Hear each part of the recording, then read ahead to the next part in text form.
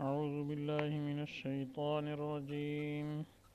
بسم الله الرحمن الرحيم.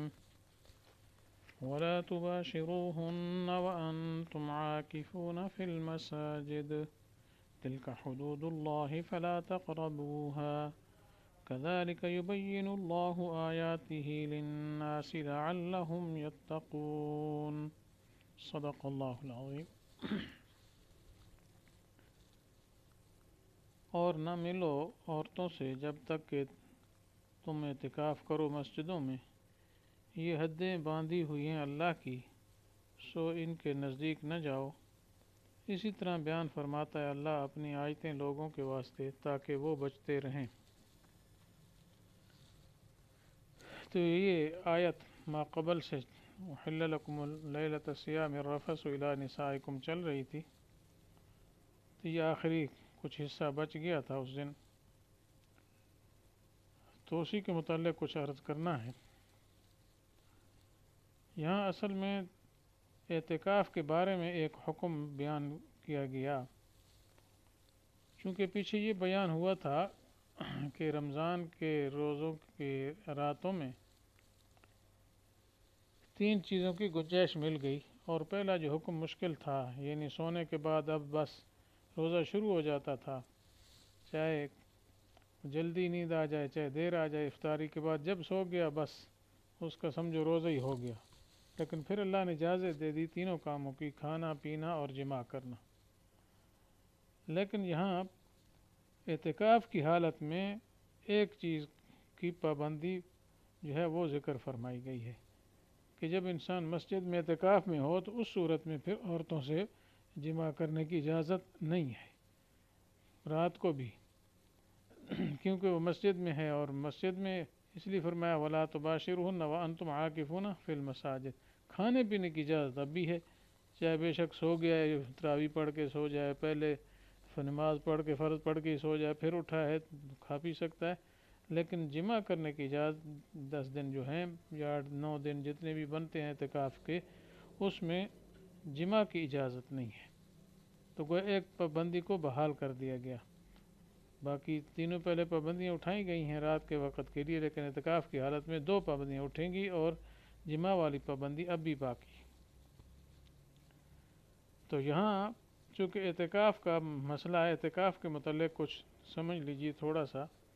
اعتکاف کس کو کہتے ہیں؟ اعتکاف کا اصل لغوی مفہوم عربی زبان میں مطلقاً ٹھہرنا، انتظار کرنا، اس معنی میں استعمال ہوتا ہے، زیادہ معنی وہی اللبس پہ، لیکن شرعاً مسجد کے اندر ٹھہرنا جو ہے وہ خاص شرائط کے ساتھ وہ۔ تو اعتکاف کا مقصد یہی ہوتا ہے کہ اللہ تعالیٰ کی یاد کے لیے انسان دوسروں سے الگ تھلگ ہو کر مسجد میں آ کر بیٹھے، گھر کے دھندوں سے، دنیا کے دھندوں سے کیا ہے فارغ ہو کر مسجد میں آئے اور خالص کیا اللہ تعالیٰ کی یاد میں وقت گزارے۔ تو اسی وجہ سے مسجد میں بیٹھ کر انسان کو جو ہے اللہ کی یاد میں وقت گزارنا چاہیے۔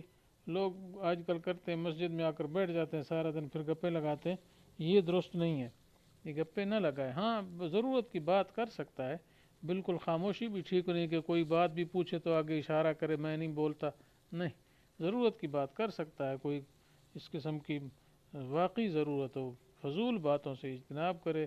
یہ نہیں کہ گھر بھی گپیں لگاتا تھا یہاں مسجد میں بیٹھ کر پھر گپیں لگانا شروع کر دے، یہ ٹھیک نہیں ہے۔ ضرورت کی بات بھی کرنے کی اجازت ہے، لیکن فضول باتیں، دنیا کی باتیں وہ آ کر نہ کرے، پھر گھر ہی بیٹھا رہتا، مسجد میں کون بیٹھا ہے جی، اس لیے مسجد میں بیٹھے رہے۔ باقی یہ کہ ضرورت کے وقت باہر بھی نکل سکتا ہے، یہ ضرورت بھی شرعی یا طبعی، تو طبعی ضرورت ظاہر بات ہے کہ قضاء حاجت کے لیے باہر جاتا ہے جی، اپنے گھر قریب ادھر سے فارغ ہو کر آ جاتا ہے، یا مثلا کھانے پینے لانے والا کوئی بھی نہیں ہے تو پھر کھانے پینے کے لیے بھی جا سکتا ہے، تو یہ طبعی ضرورتیں ہیں۔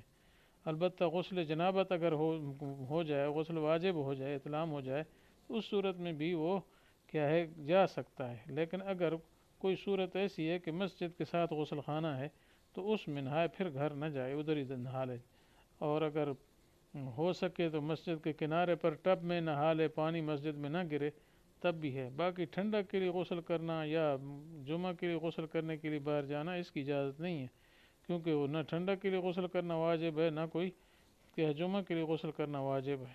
ہاں مسجد کے کنارے پر کر سکتا ہے.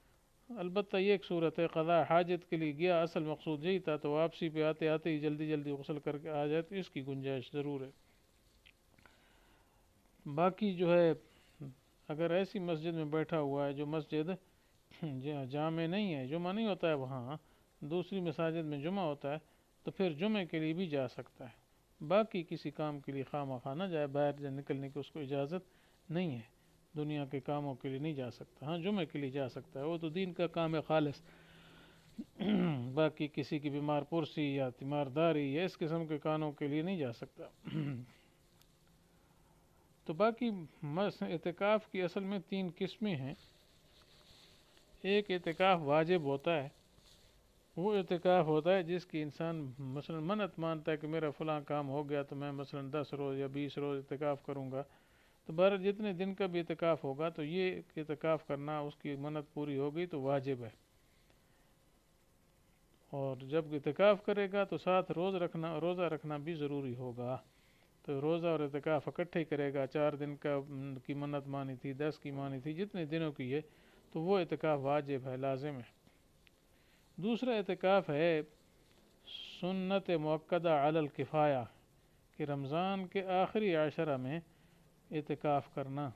مطلب یہ ہے کہ مسجد جو محلے کی ہے تو اس مسجد کے جو لوگ ہیں، مسجد کے آنے والے، تو ان پر کیا ہے، یہ سنت مؤکدہ کے طور پر ہے کہ وہ کیا کریں، اعتکاف بیٹھیں. کچھ لوگ جی اگر 1-2 ہی بیٹھ گئے تو سب کی طرف سے کیا ہے وہ سنت ادا ہو جائے گی. اور اگر سارے نہیں بیٹھتے، مسجد خالی پڑی ہوئی ہے، تو اس صورت میں پھر کیا ہے وہ ترک سنت کے کیا ہے گناہگار ہوں گے.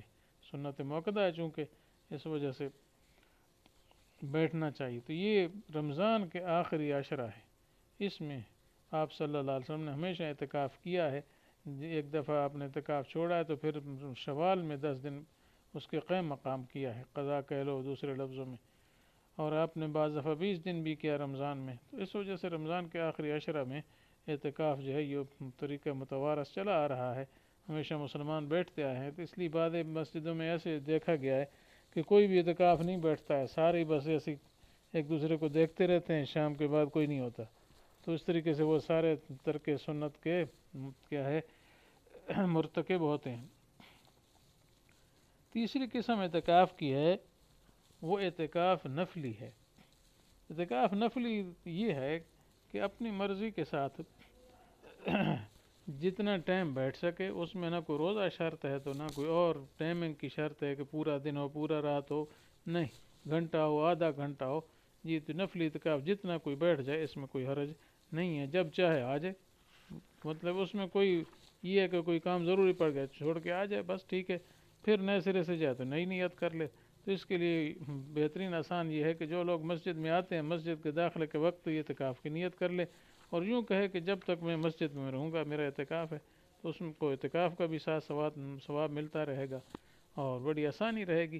جی ثواب کا ثواب ہے، اور جب جانا چاہے تو جانے پہ کوئی پابندی نہیں ہے. تو بہرحال یہ اعتکاف کے متعلق کچھ چیزیں تھیں جو میں نے عرض کر دیں. تو اس کے بعد فرمایا تلک حدود اللہ فلا تقربوها، یہ اللہ تعالیٰ کی حدیں بیان کی ہیں. اللہ تعالیٰ نے حدیں بیان کی ہیں، جی ان کے قریب ہی نہ جاؤ. مقصد اس کا یہ ہے کہ اللہ کی طرف سے پابندیاں ہیں، ٹھیک ہے. تو اس وجہ سے اس میں احتیاط کی ضرورت ہے.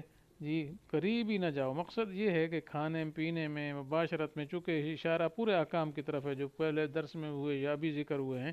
تو روزے میں، کھانے پینے میں، مباشرت میں جو اللہ تعالیٰ کی طرف سے ممانعت ہے تو یہ اللہ نے حد بندیاں کر دی ہیں، اس کے قریب ہی نہ جاؤ. مقصد ایک تو یہ ہوتا ہے کہ حد کو کراس نہ کرو بس، بلکہ یہ فرمایا ان کے قریب ہی نہ جاؤ، کیونکہ قریب جاؤ تو پھر احتمال ہے کہ کہیں حد توڑ بیٹھے.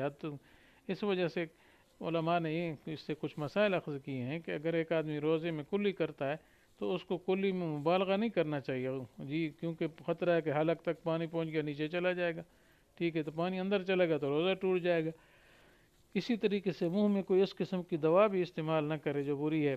جی یہ اس طریقے سے بیوی کے ساتھ بوس و کنار کرنا، جی یہ بھی کیا ہے، حد کے قریب جانا ہے، گویا حد توڑنے کے قریب ہے، ٹھیک ہے، خطرہ ہے، کیونکہ انسان کو اپنے اوپر اعتماد نہیں، تو کہیں ایسا نہ ہو کہ روزہ توڑنے کی نوبت نہ آ جائے، اس وجہ سے یہ کام بھی نہ کرے، اس لیے فرمایا فلا تقربوها، اس کے قریب ہی نہ جاؤ۔